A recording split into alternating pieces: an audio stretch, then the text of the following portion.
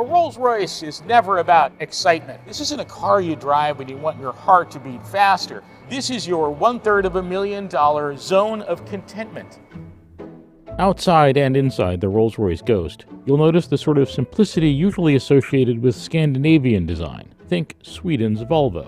Rolls-Royce talked to its customers and learned they no longer wanted an over-the-top, eye-catching symbol of affluence. But there is still a bit of flash, of course. Driving a Rolls Royce is a really unique experience. If I told you that it's very soft, you don't feel the road so much, you'd get the idea that it's like driving an old Cadillac and it's wallowing. It's not. A Rolls Royce feels very much in control. Actually, it feels quite precise. With the steering, I totally feel in command, but at the same time, I don't feel like I'm being bothered with the minutiae of the road surface. The Ghost is Rolls-Royce's smaller, more driver-friendly sedan. It blends in better on the road than Rolls-Royce's bigger, showier Phantom. But at over 18 feet, it's still enormous.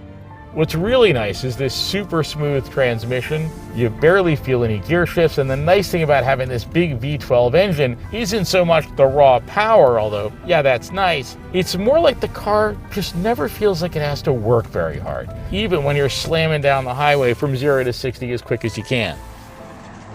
Cameras detect surface changes and imperfections on the road ahead, so the suspension can be prepared to react to them.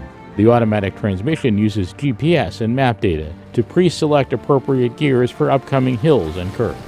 Engineers spent a lot of time fussing over the sound in this car. It's not an absolute tomb-like silence, kind of like I was led to believe, but the noise is filtered. Probably the one thing I would change on the Ghost is the brakes. I wish they had a little bit better feel.